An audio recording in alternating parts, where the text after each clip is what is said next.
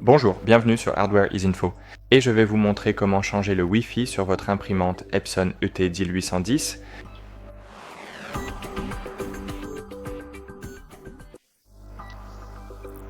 D'accord, la première chose à faire est de vérifier notre adresse IP. Pour cela, vous devez appuyer et maintenir ce bouton jusqu'à ce que la page d'information réseau s'imprime. Sur la page d'information réseau, sur la première page d'information réseau, vous verrez cet écran et vous trouverez TCP/IP et ici vous verrez votre adresse IP. Obtenir l'adresse IP, c'est votre adresse IP. Il suffit d'entrer cette adresse IP dans votre navigateur web comme Chrome ou un autre navigateur. Ensuite, vous devez vous connecter en tant qu'administrateur, n'est-ce pas? Vous devez cliquer sur se connecter en tant qu'administrateur et entrer votre numéro de série. Où pouvez-vous trouver le numéro de série? Vous pouvez trouver le numéro de série ici. Il peut se trouver juste ici. Ici, vous voyez votre numéro de série. Vous avez ici, par exemple, comme vous pouvez le voir, puis-je vous montrer? C'est ce pointeur maintenant. Donc ici, nous avons astérisque et astérisque au tout début et astérisque à la fin du numéro de série. Mais entre ces astérisques se trouve votre numéro de série, sans les astérisques, d'accord? Alors, n'oubliez pas les majuscules. Écrivez en majuscules. C'est important dans le cas d'Epson. Donc, entrez ce numéro de série et ensuite, vous aurez débloqué toutes les fonctionnalités du panneau d'administration. Ensuite, cliquez sur Paramètres avancés.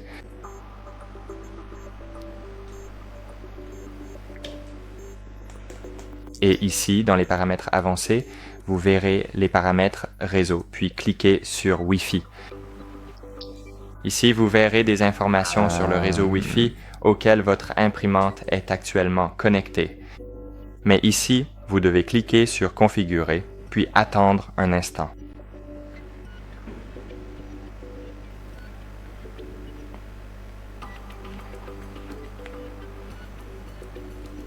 Et ici, vous verrez tous les réseaux Wi-Fi disponibles. D'accord? Donc, par exemple, maintenant, je suis connecté à S29 Matrix.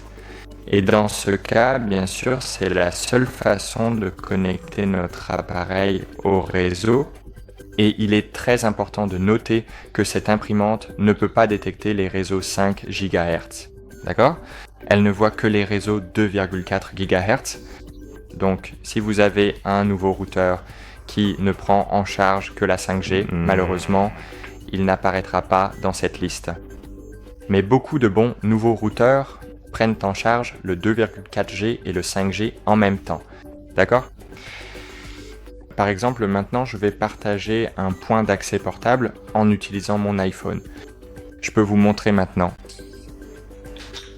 Ceci est mon réseau portable personnel et ce sera iPhone David avec le mot de passe 1, 2, 3, 4, 5, 6, 7. Essayons donc de rafraîchir la liste des SSID disponibles et de voir si nous pouvons nous connecter à ce réseau sans fil. Il suffit de cliquer sur rafraîchir et d'attendre un moment.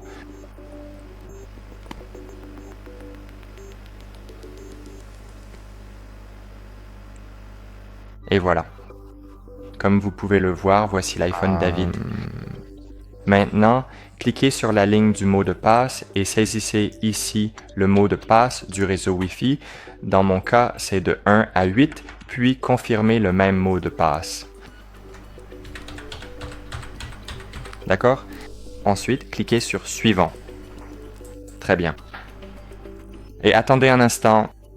Maintenant, nous allons voir sur mon iPhone, ici en haut à gauche, que quelqu'un est connecté à mon smartphone. Alors attendez un peu, patientez.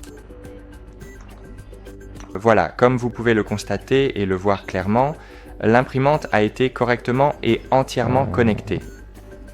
L'icône de couleur verte indique de manière très précise que quelqu'un s'est effectivement connecté à mon appareil, et ce quelqu'un, c'est bien évidemment mon imprimante personnelle. Et qu'en est-il de mon ordinateur maintenant?